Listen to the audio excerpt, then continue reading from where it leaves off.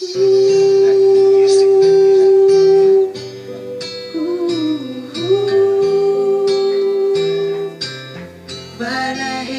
Production.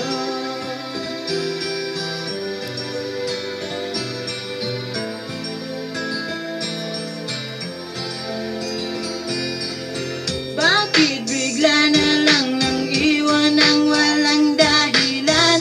Mahal kita, bakit ganto ang aking nararamdaman? Nais ko lang na maibalik ang dating nakaraan, pero ayaw mo na ako mahal na muli pang pagbigyan. Bakit ganito, bakit ganyan ang aking naramdaman? Iniwan mo ako nag-iisa, parating luwaan. Ang nais ko lang naman sana ikaw ay bumalik, dahil di ko na kaya kasi ako'y nananabik. Kahit na iniwan mo ako nang walang dahilan, ikaw pa din ang aking minamahal. Gusto ko sanang maibalik relasyon binuo, dahil di ko makaya kasi wala sa tabi ko. Bakit mo ako iniwan ng walang dahilan? Nagkulang ba ako sa pagmamahal sa'yo? Diba hindi naman aking kasintahan, dahil minahal kita ng lubos-lubusan ng walang alinlangan, nang hindi nangangamba. Kasi nga mahal kita at wala nang ang iba, at ikaw lang talaga ang gusto ko makasama, pero iniwan mo akong nag-iisa.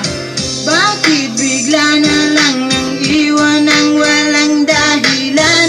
Mahal kita, bakit ganto ang aking nararamdaman? Nais ko lang na maibalik ang dating nakaraan, pero ayaw mo na ako mahal na muli pang pagbigyan. Naalala ko pa noong una tayo magkita, akala ko ikaw na ang sakin magpapaligan ng lubos, ngunit biglang nagtapos sa pagmamahalan natin ay unti-unti nang nauubos. Kaya ako'y nag-iisa na lamang dito, nag-aantay pa rin ng pagbabalik mo. Kaya ako nagdarasal at nananalangin sa Diyos na may kapal na bumalik ka na sa akin. Na sana balang araw makasama ka ulit upang tuluyang mawala yung mga hapdi at sakit na dinulot mo, kaya hanggang ngayon nalilito.